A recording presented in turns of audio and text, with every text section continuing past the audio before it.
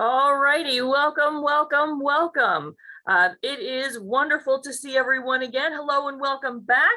Is it just me, or does it feel a little different this year? Something is different in the air, which I'm really liking. It smells like hope, maybe? Hope could be, yeah. So I'm very excited to introduce the first of our speaker series for the 2022-2023 school year. We are the Center for Future Educators at TCNJ, and our goal is to recruit future educators from middle and high school students around the state of New Jersey, while also making sure that our pipeline is very diverse. I'm your host, Dr. Jean Delcoli, the Executive Director of the Center for Future Educators at the College of New Jersey. The purpose of our speaker series is to provide future educators in New Jersey the opportunity to see many facets of the profession, and we hope to provide a little bit of inspiration. All of our speaker series are recorded and available for you on our website, which I'll be putting in the chat box shortly, so you can check them out in about 2 days after we finish this recording. We'll have a Q&A box available for later in the program, and this is a reminder that the program is being recorded and will be available on our CFE website later in the week. And it takes collaboration, right, to make this happen, to make the CFE and its programming possible. So the center is graciously funded by NJEA, and we are grateful that their support means that we can bring programming like this to you. Today's program is our back to school edition, and we will explore the great mystery of what do teachers do in the summertime, right? So how do they get ready for a new school year? As I mentioned earlier, things feel a little bit different this year, and I'll be exploring that question with our esteemed guest today. At this point, I usually turn over the hostessing or the moderator duties to our marvelous moderator, Kimberly Dickstein Hughes. But as we were catching up this summer, just chatting about, life and what's been happening, I realized that she had a perspective altering experience, I should say experiences, this summer, and I asked her to share it with us instead of moderating. So I'm the one that gets to ask the questions today. So without further ado, I would like to present our guest for September, Kimberly Dickstein Hughes, the Wonder Woman of world travel, the slayer of sustainable development goals, and the goat of global literature, who also happens to be the 2020 New Jersey State Teacher of the Year and an English teacher at Haddonfield Memorial High School.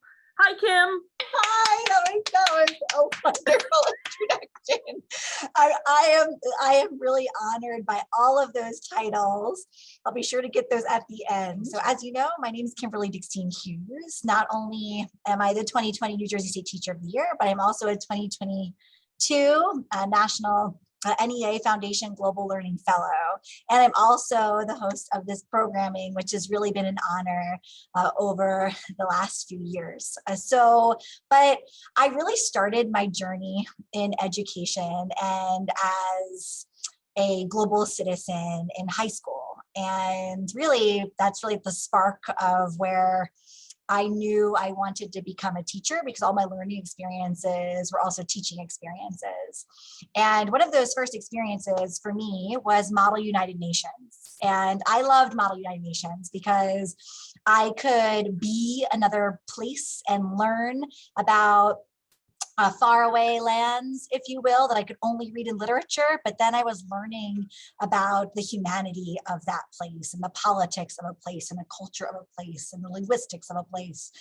And that was all through Model United Nations. And I did not have the good fortune to travel when I was younger. And my first time ever on a plane was my senior year of high school. This is me in 2004 going to Walt Disney World, Florida. There's my best friend Kanad and my debate team co-captain Jeff. This is my first time ever on a plane, and that's in 2004. My second time ever on a plane was in 2008 to West Africa, and that was through the Model UN program at Rutgers University. And that really sparked my beginning as a globe trotter, as a world traveler. It really opened up a lot to me. And I start there because that really made me see my time differently, and it really made me see possibility differently.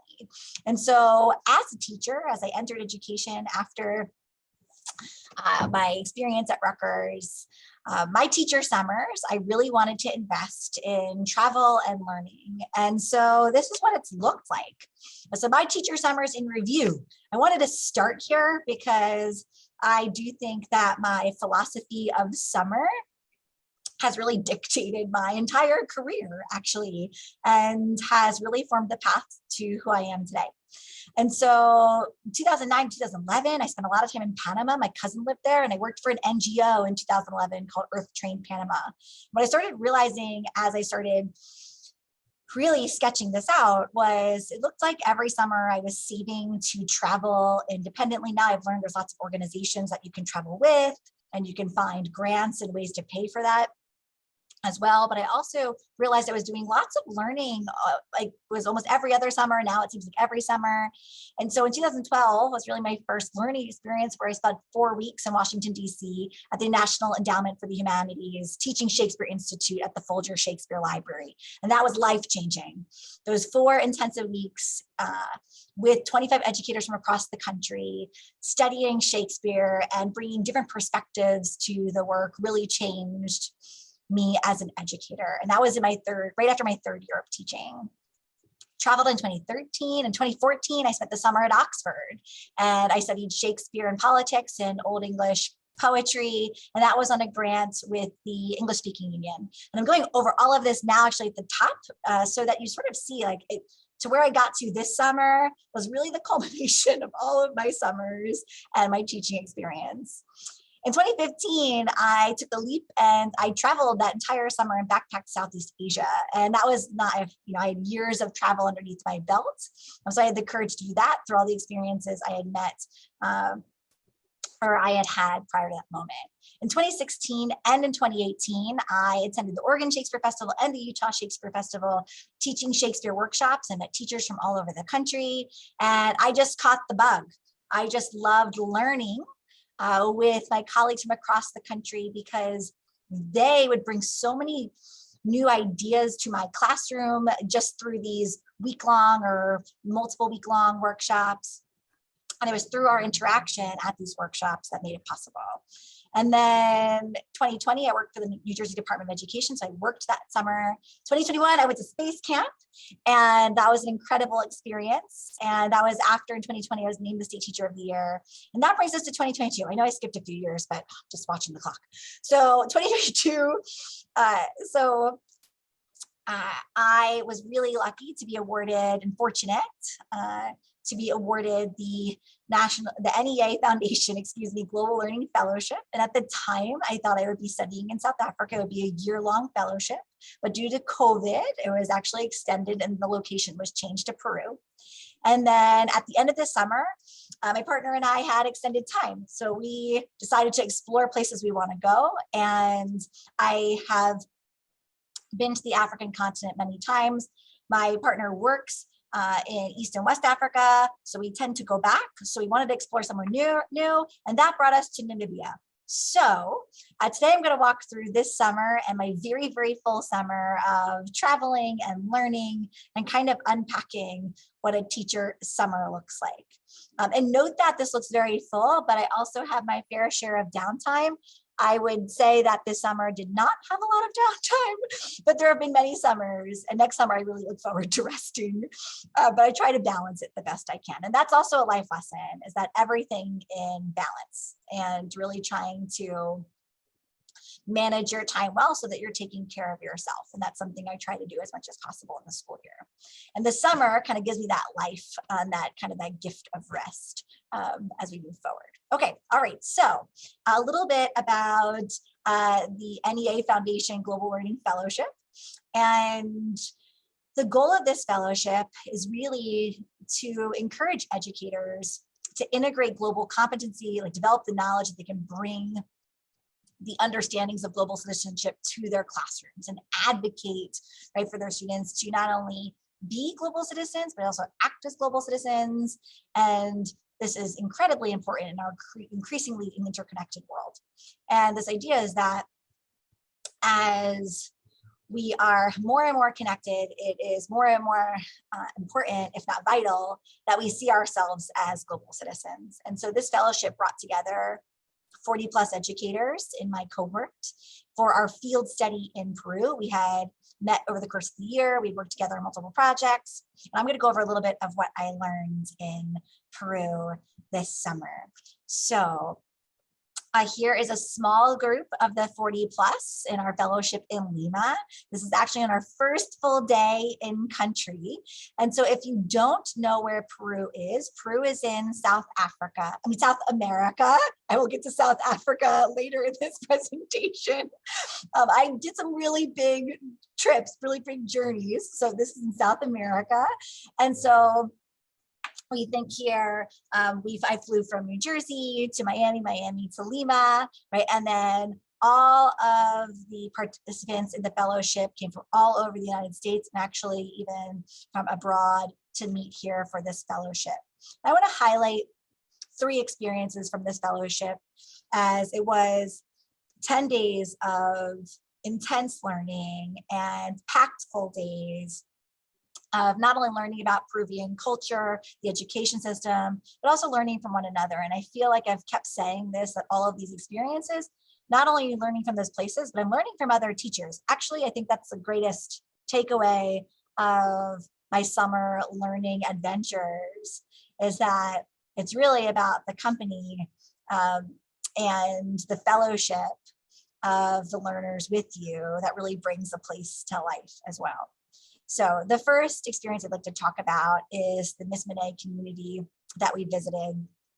And I wanted to highlight this because I think it was important for us to understand responsible tourism. And this is something that everyone should think about before traveling, and really thinking about the choices you make when you go beyond what you know.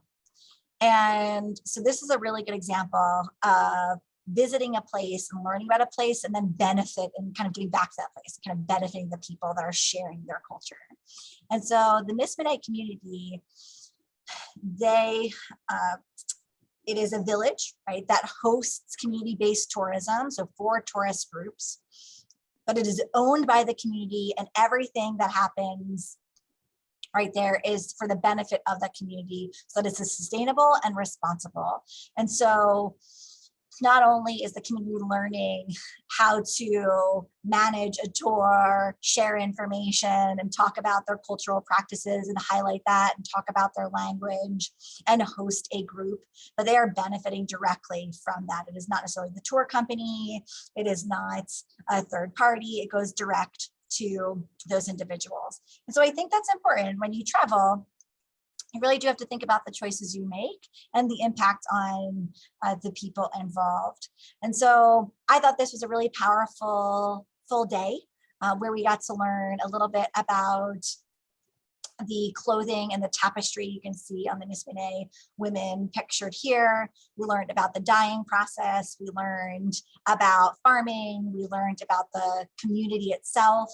And we had a lunch with the community. And so it was really powerful experience, and knowing that you were directly benefiting the individuals who are with you and not someone else whom they never meet, right, felt like it was responsible and sustainable. And so that's something that also brings us back to, I think, at the whole, right, when we travel, we have to make sure that we leave things better than we found them.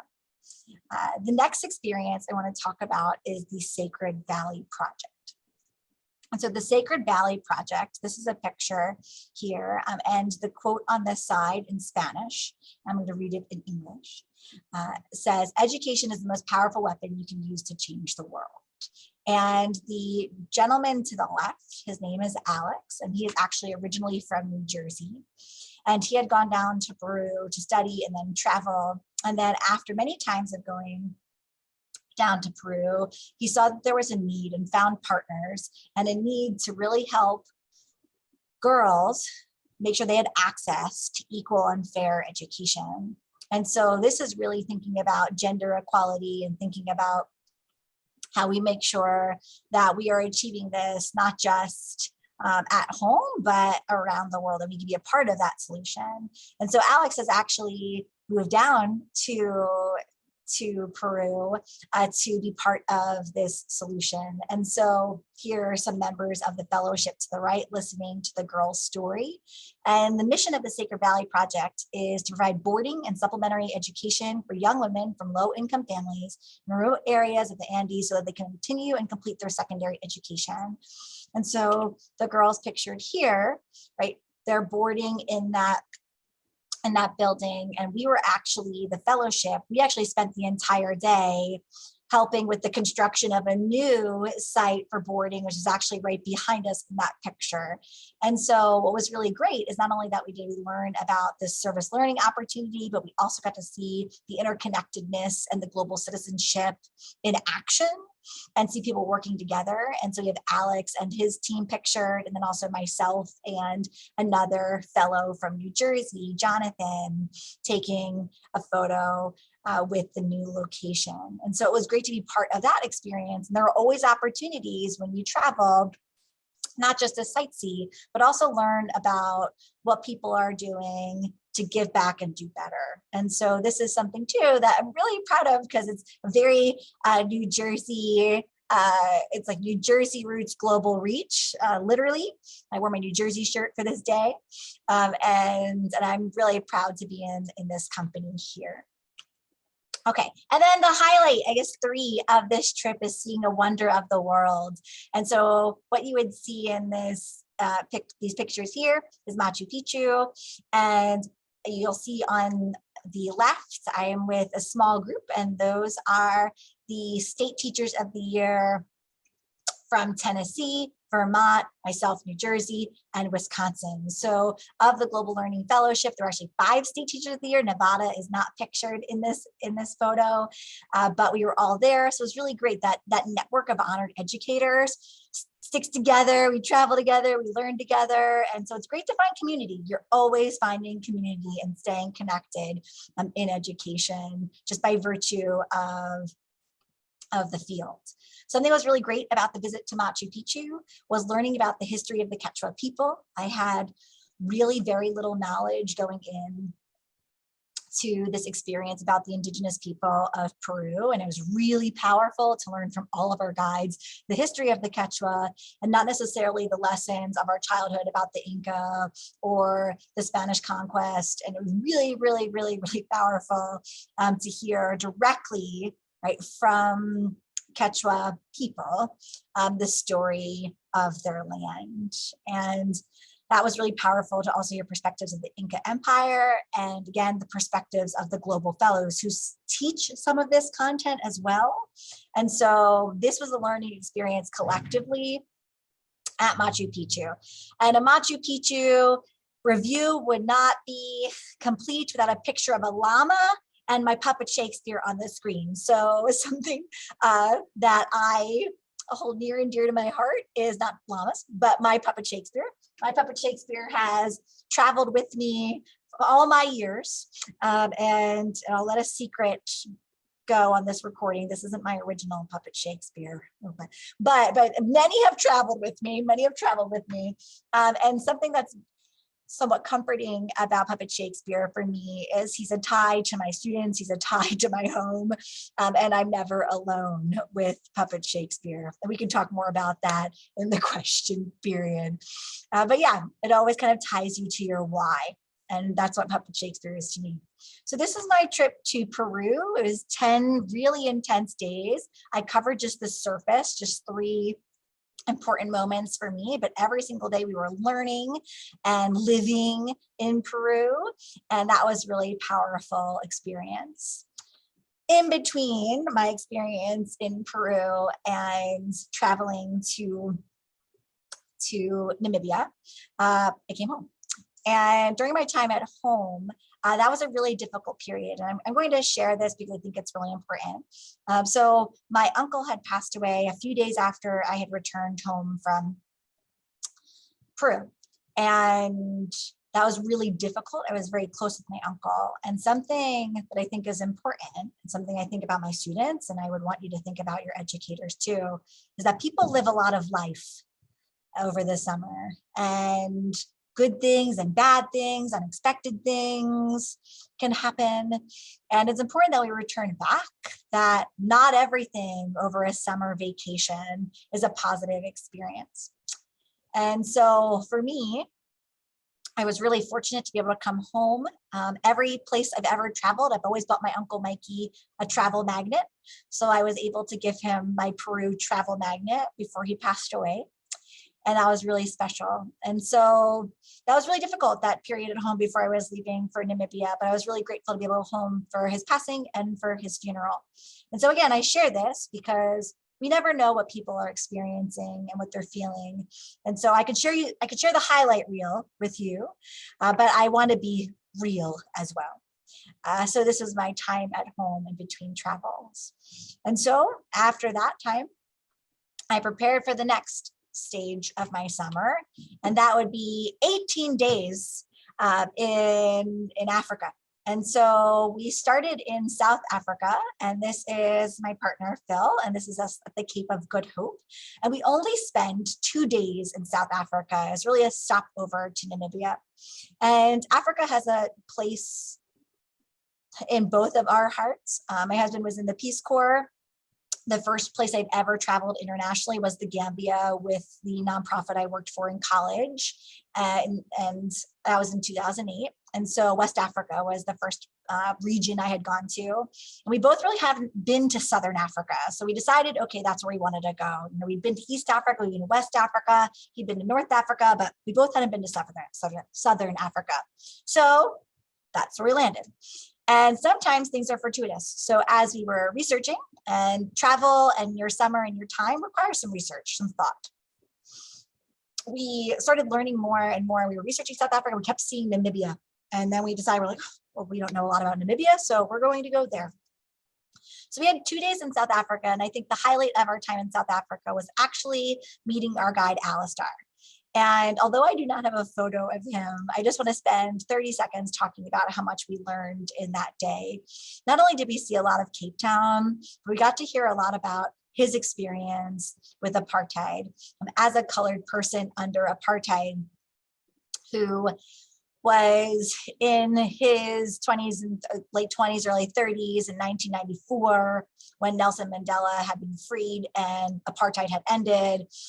He remembers what it was like when he was in the square listening to Nelson Mandela. It was pretty incredible. He was like, I was on that balcony and telling us about how he felt and what he heard and what it had been like prior to that moment, where he said for generations, parents felt like it was their job to protect their children.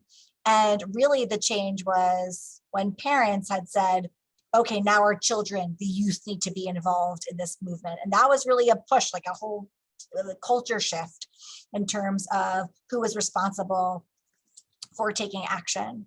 And then in 1994, kind of then saying, okay, well, what does it look like next? And then really seeing like, what did integration look like? And 1994 is not a long time ago. I was in elementary school at the time. And so this is my lifetime, right? Maybe not your lifetime, but really within our reach. Now, I might study apartheid in my global issues course in 9th grade. I might learn something from Cry the Beloved Country by Alan Paton. And so I might learn a thing or two, but there's nothing quite like having a conversation with someone who has lived through that experience. And travel enables you to do that. And so something we're so grateful for is really the opportunity to talk with people and connect with them. And so, yeah. From South Africa, we went to Namibia, and this is yours truly on a sand dune in Sossusvlei in Namibia. And Namibia is a place that I knew very little about, and now I can't imagine my life without this experience. Namibia is a magical place, and I would highly encourage everyone to give it a Google and give it a thought. Because if you haven't been to the African continent, I actually think Namibia is a really great place to start.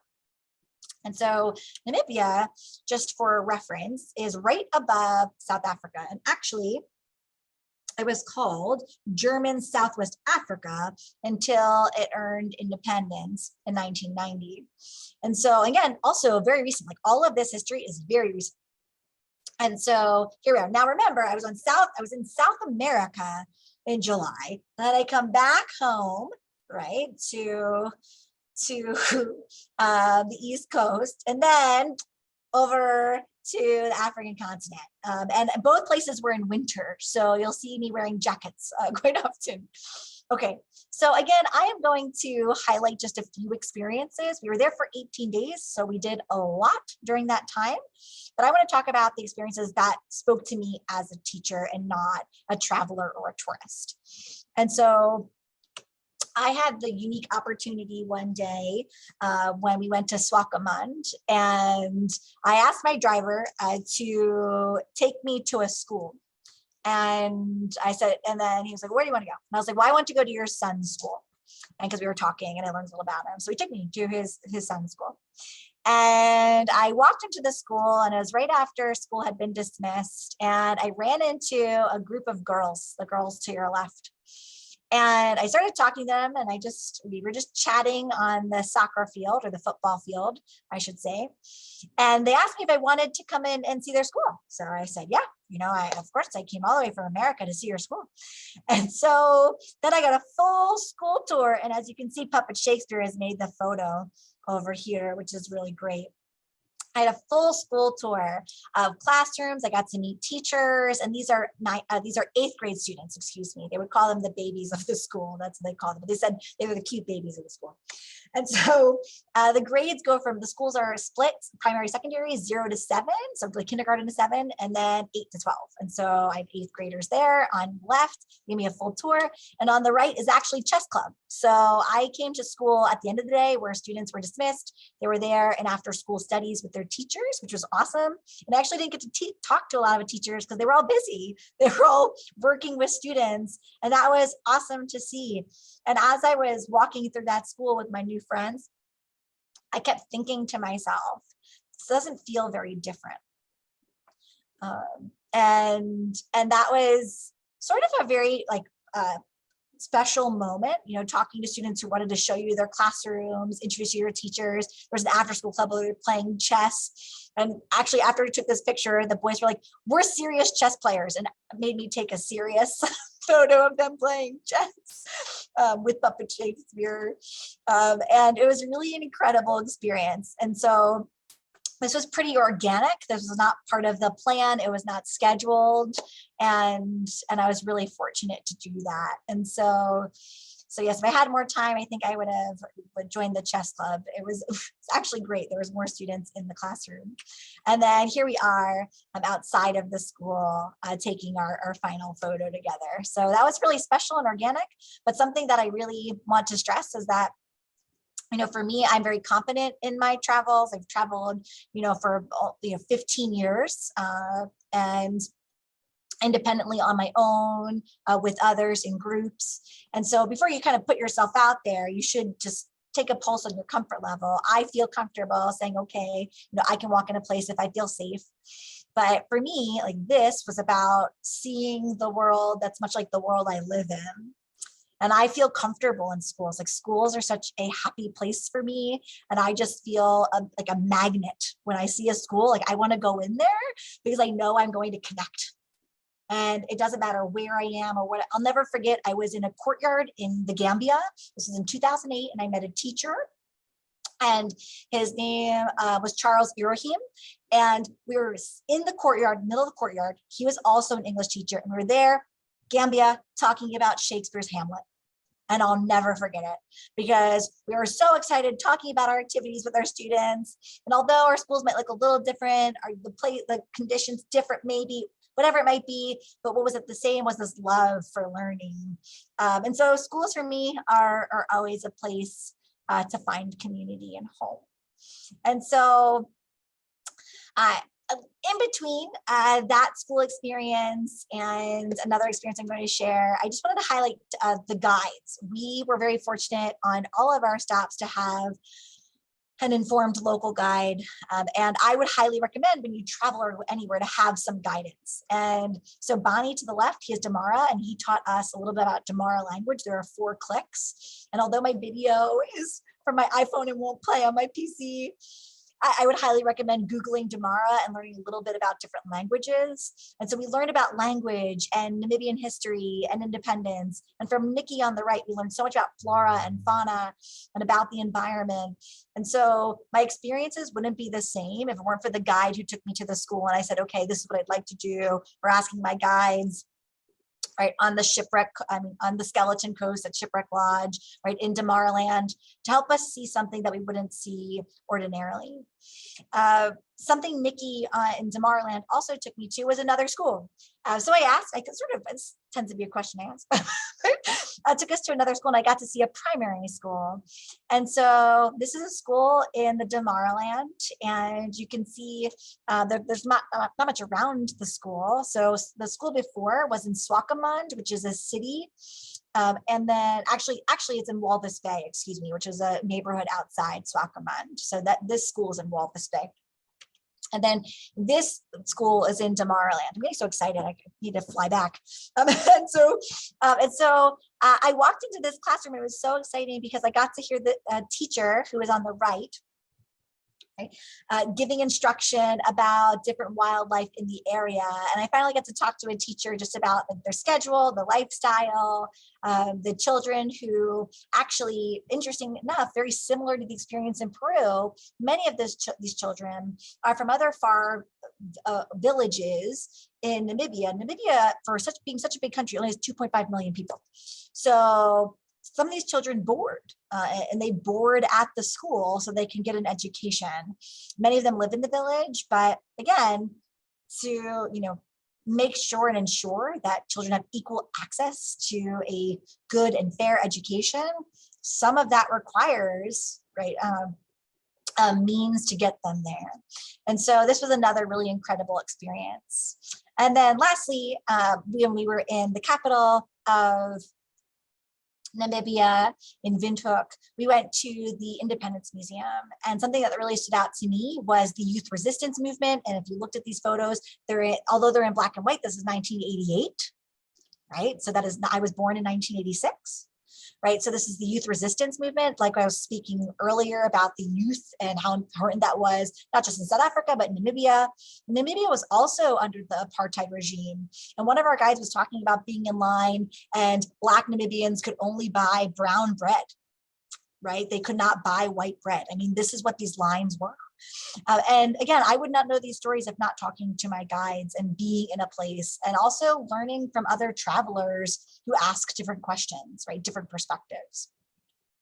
And then no trip would be complete without a safari and Etosha National Park. And for me, this is one of my favorite photos of that experience of the wildlife, of just seeing a lot of animals gathering in this place that is a desert. It is very arid. As you can see the sand dunes, you can see there's sand everywhere. There is so much life. And for me, I bring all of that back to my classroom. Global learning fellows, global citizens, folks like me, or teachers who maybe want to bring the world to their students, transform their classrooms to give students a global perspective. And this is one group of my students this year. And although it is faint, you can see on the ground that there is chalk. And something we did this last week was we learned about the Sustainable Development Goals. We did a lot of research about the global goals. And then we chalked the walkway to the school to inform others about what the international community is doing to improve and better the living conditions of all beings on Earth. And so I'm framing my entire curriculum for world literature around the Sustainable Development Goals and the global goals. And I was really inspired by both going to Peru and Namibia because I saw all of these goals being worked toward, but also I got to understand a little bit of the source of the problem.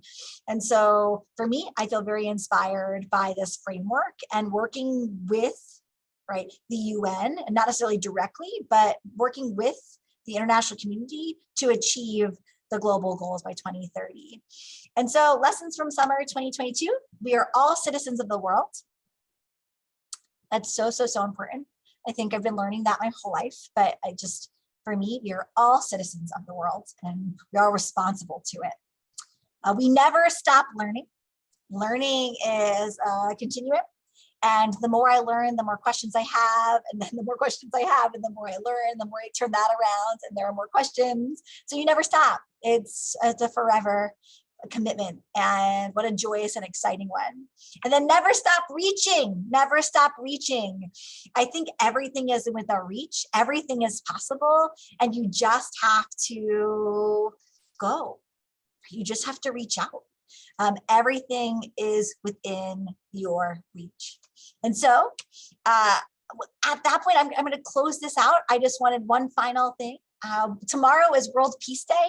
So I hope everyone, so tomorrow is September 21st. It's September 21st every year. You could take the Peace Day Challenge with the United States Institute of Peace. And really, we can all work towards the global goals and really putting these lessons into action. And so with that, thank you for listening to my journey. I knew I would go over a little bit of time, but I was very, very full. Very, very full. Well, thank you, Kim. That is inspiring. It is makes me want to get on the next plane and go somewhere and talk to people and just learn, right? Yeah. So an incredible summer. And so, you know, I'm going to say that although you've done a lot of traveling, that's not necessarily typical for all teachers, is it? No. No, I think the summer sometimes needs to be restorative for a lot of folks. And for me, I know after this summer, my next summer, I do not intend to have a summer 2022 in 2023. And a lot of teachers, a lot of educators take the time to rest, spend time with family, maybe continue, whether it's a professional development or rework their curriculum. But really, it's a time to renew the self, however you do that. So look, and a lot of teachers also work during the summer. And so a lot of the opportunities I've had to earn fellowships to pay for them because it can be really expensive. So a lot of my colleagues do work during the summer. And I was going to ask about that. Things like the NEA, the National Endowment for the Humanities workshops that you did, the NEA Foundation. So those were not things you had to pay for out of pocket, correct? Right. Same thing with the English speaking union. So many of my learning experience, the Teaching Shakespeare workshop in Oregon, I earned a grant for. I had everything that I've done that's been a learning experience has either been paid in full or paid partially. So it's important, I think, for students to understand, you know, when you do become a teacher, that there's lots of opportunities for you. So it's a matter of finding what your passion project is, right? So maybe you're an English teacher, but you are interested in global travel and figuring out how you can bring that into your curriculum. So you find ways to get involved in, like, maybe you do a scientific experiment or work with a scientific research team to get out there and do things. So there are many organizations in the world that actually will support teachers to do summer learning in a number of things. And it doesn't have to be the area that you are, like I was a social studies teacher. It doesn't have to be in what you are certified to teach in. Yes. Yep. So for other teachers, you mentioned it's a restorative thing. It's recharging, right? And after these last couple of years, we know that has been really, really important. But for some folks, the way that they recharge is to go out and see the world. And, because what do you get when you travel around the world? Oh my goodness. You get the world, many of the lessons I could have rambled on for a long time, but you get perspectives that you could not get from home. You couldn't get them from a book. You couldn't get them from TikTok. You couldn't get it from your Instagram. You couldn't get it from a secondhand story. It's a feeling, and you can't get that feeling just from this chair. And I'm someone who loves reading global literature, and I put the news on right away, and I love listening to travel stories. But there's nothing quite like having a conversation with someone who's lived the experience that you've learned about. And so you get you really do. When you travel the world, you get the world. And I think if you open yourself up to the world opens up to you. Would you say it also makes you look at home a little differently? 110%. I have not looked at home the same since 2008 when I went to the Gambia. And as someone who did not travel prior to that time, that experience did dictate how I started traveling a little bit, which was really for learning, learning endeavor.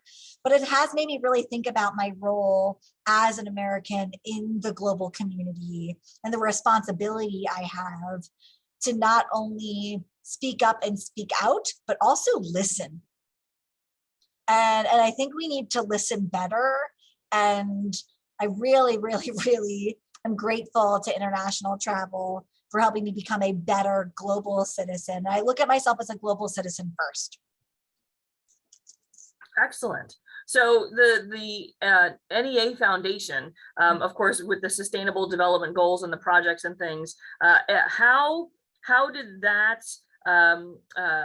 You said you changed your curriculum around and that you're working to integrate the SDGs into your everyday classroom. So how else did that trip to Peru actually find its way into your classroom? Yeah.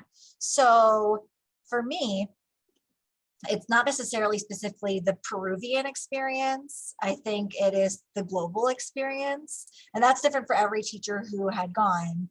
For me, I teach a world literature class,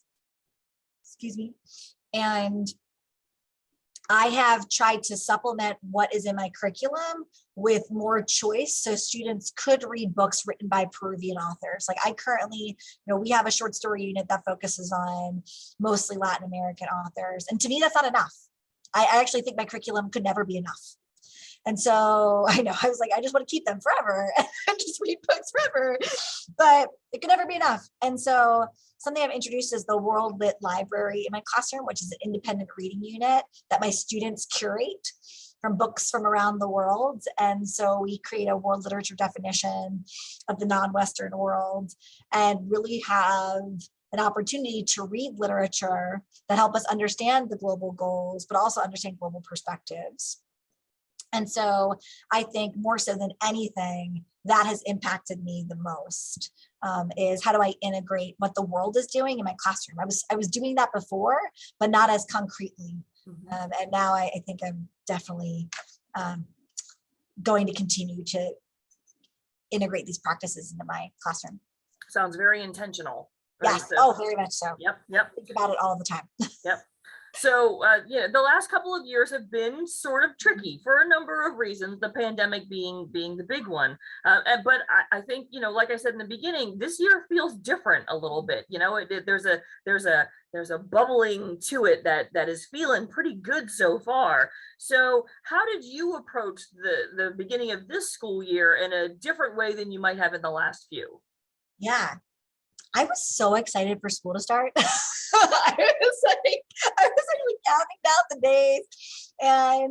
And so for me, I approached it that all of my ideas, and for me, my favorite part of being an educator is that I can exercise my creative brain.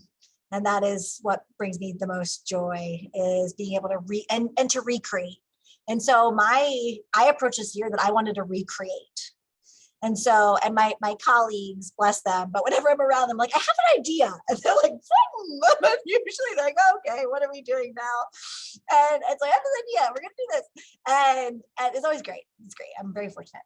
And so, but for me, I wanted to recreate, and I wanted everything to be intentional. And I wanted, after the last 2 years, I feel like we all really learned how to be, practical optimists, pragmatic optimists, and the sense of optimism, but there was a sense of practicality about our optimism. And I wanted everything to matter. And so I'm recreating all of my materials, my content, so that it matters beyond my classroom. And that was important to me before, but now to me, it feels like essential. Like I can't teach without making sure that everything I do matters beyond this space. And So yeah, I do think I've come in with a new intentionality, and I was very, very excited for the school year. I think I also came home from Namibia a week before school started. Woo! And really needed a schedule, and I really needed people other than my travel partner. I really missed routine. And so yeah. Well, you didn't have much time before the first day of school, right? But Go ahead. so do you is there I know, in 25 years I was always nervous before the first day of school. So what is your night before the first day of school like? Well, this year was a little hectic, but okay, pack your lunches for the week because you're going to be so tired. So you have to make sure you eat, because you don't realize when you're a teacher, you're on your feet all the time. And I'm a very mobile teacher, so I'm constantly moving. So make sure you're feeding yourself. I'll pick my outfits for the whole week for my first week of school. And there's that excitement of the new school year. And so I always kind of pick or buy one new outfit. I'm like, okay, that's my back to school outfit. So that does not change from like kindergarten on. So I picked that. And then the day before school, I really try not to do a lot of school stuff. Like the week before, the day I came home from Namibia, I slept, and the next morning I woke up and I set up my Canvas and I had everything going and I had all my emails answered and I wanted that all settled. So the day before I try to disconnect from school things because it's going to be a lot. And then I usually never sleep before the first night of school. I have a really hard time because I'm so excited, but this year I slept. My summer was very full and I had a very good night's sleep before my first day at school. Still recovering from Namibia, I'm Yes, sure. yep. Holy cow. Yeah. Just the jet lag alone. Correct, Been, yes. right? Yep, very And long. then the other thing with Peru as well, altitude, right? Oh, no, I got altitude sickness and I thought I was. What is altitude sickness? Oh, good grief. So essentially your body is not used to being above sea level. And although I don't know the science, Dr. Dokole, maybe you can answer it, but you experience like queasiness, nausea, dizziness. And so I was very dizzy and nauseous because your body is adjusting and it's adjusting. It doesn't have enough time to adjust. So because you're taking a plane, you're the next place. So I had a difficult time with that. And then took us, all told 26 hours to get home from Namibia. So yeah, it was a commitment. So Wow. not something you could do regularly. Right. But the altitude sickness thing is a real thing, especially being from South Jersey. Most of South Jersey is at sea level. So this is why a lot of our communities flood pretty regularly. So when you go somewhere that's got a lot of mountains and you go up in altitude, the air is a little thinner. There isn't quite as much oxygen oxygenating the blood, which circulates around the body, which causes tiredness, causes nausea, and then of course, usually when you travel too, you get dehydrated, which doesn't help the situation at all. So it can really compound itself. So I know altitude sickness is a real thing when traveling to places like Peru that have, the Andes Mountains there. I needed the good doctor to explain that. But that's something I would say as you were talking, I was just thinking about like how much you learn about the climate and climate change wherever you travel. And I had the opportunity to go to Iceland, and I realized I left that off my list. And in Namibia, something that I thought was really powerful was how clean Namibia was, and how every guide we had, everywhere we went, if you saw a piece of trash on the ground, even if it wasn't yours, you picked it up. Wow! And everywhere we went, as spotless. And it was like, and when we came home, we were ashamed. We kind of look, and that was something, as you talked about that perspective on home, we learned a lot about the climate in our travels and the impact of our actions on the climate. And so I could do a whole other presentation about that in terms of what travel has taught me about climate action and climate justice. Right. So, it's got to fit in with those sustainable development goals, right? Yes, yeah, absolutely. Keep a clean planet. There you go. Yeah. Okay, so I'm going to regress for a minute. Well, we talked a little bit about COVID and the pandemic already, and emerging from that miasma that was the pandemic for a few years. So a lot of teachers talked about it being really difficult last year. When we started to mask one day, don't mask another day, and coming out, and then students get sick, and some are virtual, some are in person. How did you fare during that process? Okay. So there were so many unknowns going into the first year of COVID in schools. And then the second year, there were still unknowns, but you had the exhaustion of the weight of the previous year and all of the loss and the stress. And so going into that second year, you still didn't know what it would be like. It felt ongoing and enduring, but you were tired and collectively tired and managing all of these emotions of your students and their families. And so that was really challenging to enter into. However, I would say last year, I feel like I had the best teaching year of my career. And I always feel very guilty saying that. And I think I had that experience because we started having moments of hope throughout the year. And there was like this rediscovered commitment to learning. And we were just so excited, like when we would do things and things were possible again, it was like much more exciting, right? Like the fruit tasted sweeter. And so there was something about, like, as we were coming out of it, that was really beautiful. And this community around, like, we can surmount this obstacle. But it was that's not to say it was a very challenging year. I actually had COVID myself, and that was very difficult to teach from home and navigate coming back to school still sick, and really trying to figure out, right, like how to manage this still. And so it was a challenging year. It was challenging, but I'm so grateful. I think I'm a better educator because of the last few years. It sounds like building community in your classroom was a big part of the success in getting through it. Yeah, absolutely. Yeah. And that was really challenging with the masks, right? Yeah, absolutely.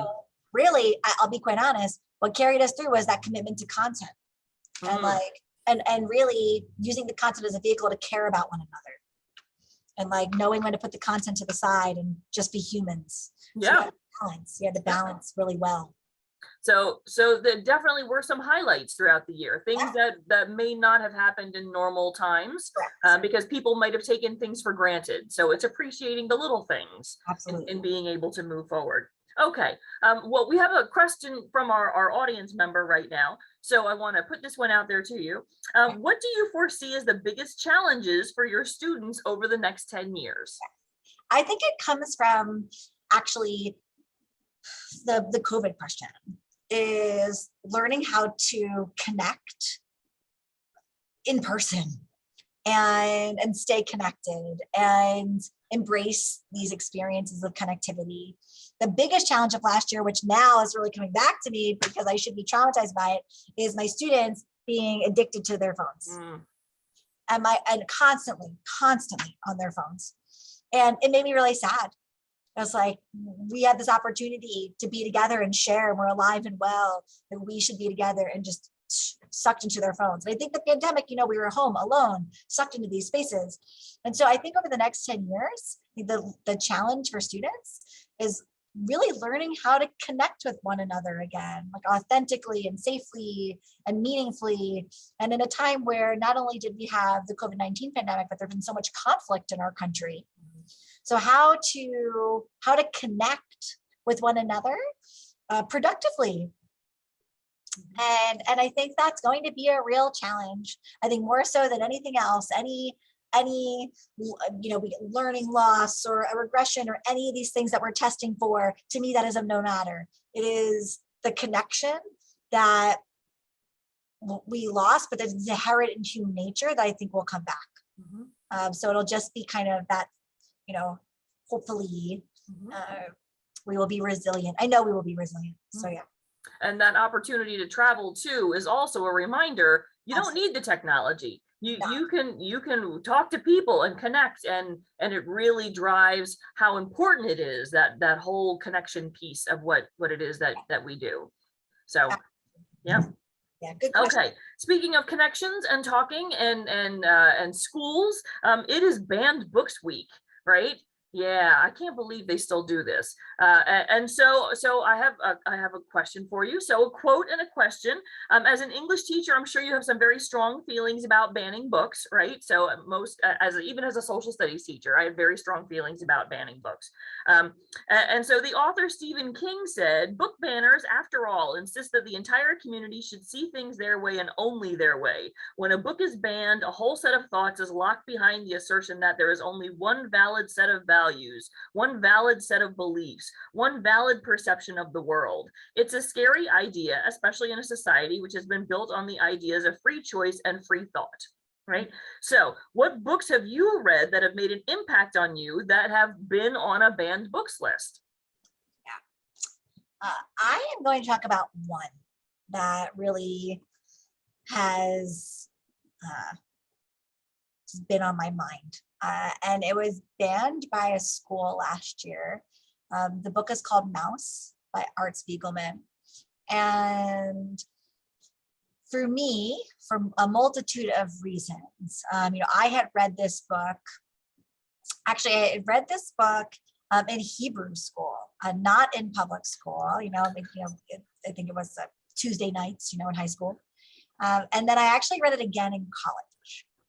And our global issues curriculum at our school, it's one of their optional reads when they have a choice book unit.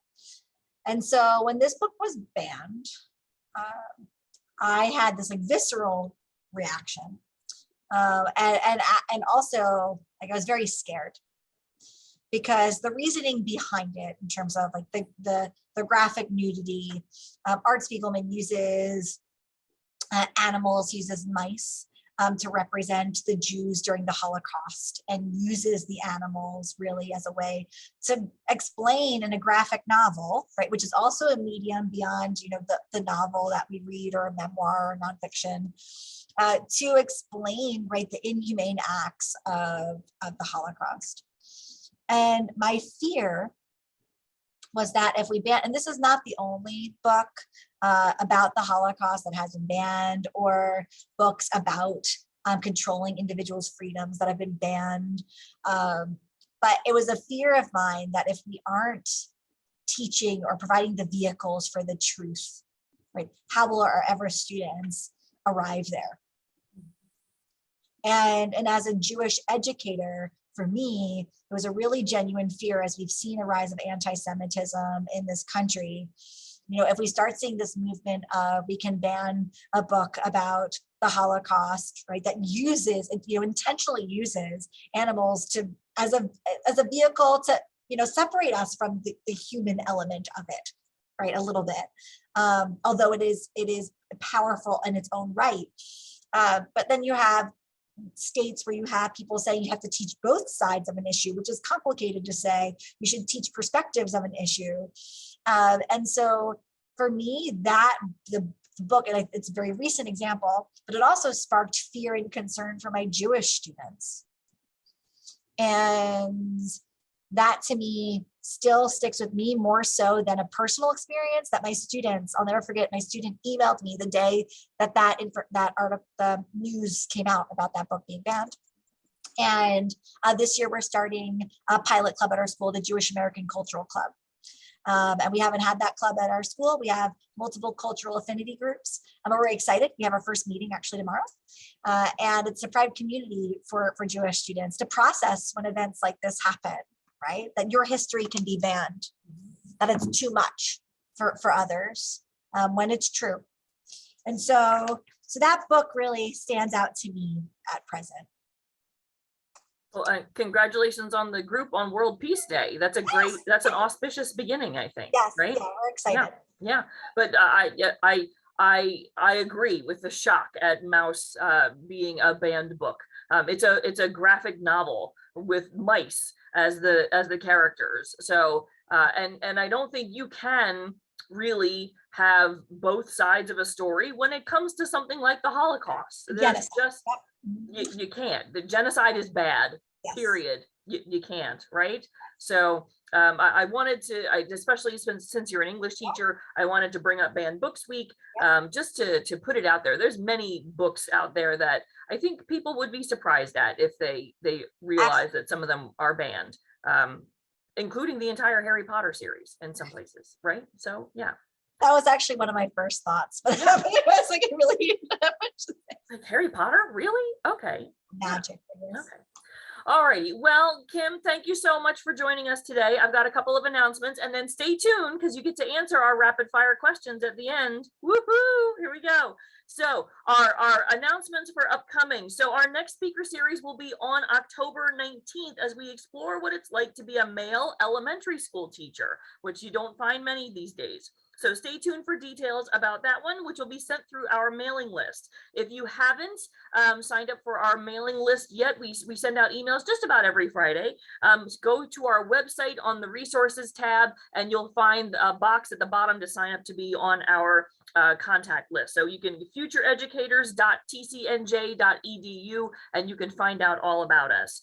We have lots of great in-person events coming up, but to attend, you must be an NJFEA member. So make sure you register your chapter now so you don't miss any of our programming. And speaking of awesome programming, we have our first conference coming up, yay, for the school year in person. So exciting. And it is not too late to register for our first live and in-person NJFEA conference at Kane University on October 28th. So check our website for details on that one. We would love to see you there. But if you're not in the northern part of the state, if you're in the central or the south, and you say, oh, I can't make it to Kane, guess what? You can visit us at the NJEA convention. So on November 10th, we're going to be hosting a little mini conference within the NJEA convention. So you'll be able to see not only us and learn from excellent educators like Kim here, but you'll also be able to see LeVar Burton and visit with New Jersey colleges and universities while collecting some pretty awesome teacher swag for your future classrooms, right? It's like teacher trick-or-treating at that thing. It is awesome. Yeah. So also on the horizon, we have a conference coming up in January at TCNJ. So an NJFEA conference in January. So welcome back to a new school year. We look forward to teaching and learning with you throughout this next school year. And we are going to be having a whole host of programming. Kim will resume as our hostess with the mostest next time around, our moderator. But in the meantime, I get to subject Kim to the rapid fire questions, which I'm very excited about. I don't even remember them, but I listen to it every time. So are you ready? Yeah. Okay, so Kim, what is your favorite word? Possible. What is your least favorite word? Impossible. If you could have any superhero power, what would it be? Flying. What was your favorite subject when you were at school? See, I was really good in English, but I actually loved my math and science classes. Like one of my favorite classes was anatomy and physiology in high school. And so, yeah, I think because I had to work anyway. Yeah. Alrighty. So what grade or subject level do you wish you taught? I love my gifted and talented class. Sorry, I went back. That was my favorite class in high school. Gifted and talented is my favorite.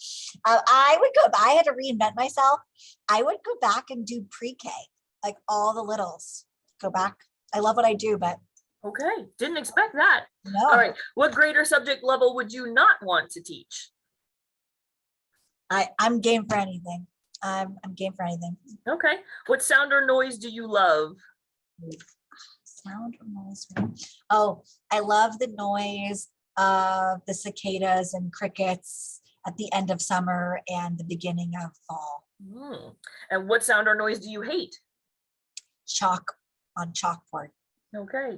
If someone were to play you in a movie version of your life, who would you want it to be? Oh no, I forgot this one. Oh, what is her name that is in the Hunger Games, who's super fierce? Okay, yeah. Jennifer Lawrence. Thank you. Yes, we don't look alike, but she is fierce. Okay, got it. Very good. Okay, what profession other than your own would you like to attempt? Oh, I'd like to be a park ranger or a newscaster. Okay, very different.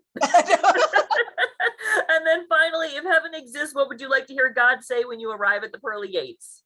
You did good, kid. All righty. Thank you so much, Kim, and thank you everyone for joining us today. We appreciate you. We love you. Have a wonderful school year, and we will see you again next month. Thanks, everyone. Bye. Thanks.